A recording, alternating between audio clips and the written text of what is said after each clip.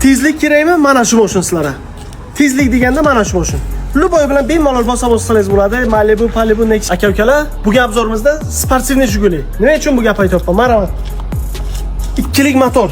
Bahaybat ikkilik motor qo'yilgan, perdelka qilingan, dokumentlari qilingan, pauglar ko'rib turganingizdek qo'yilgan, 4-pakelenli propan gazlari bilan ruxsatlari ham bor. Motor aka-ukalar ad dushi. Besarishda kapotlari ham ko'rib turganingizdek oldinga ochiladi. Xo'sh.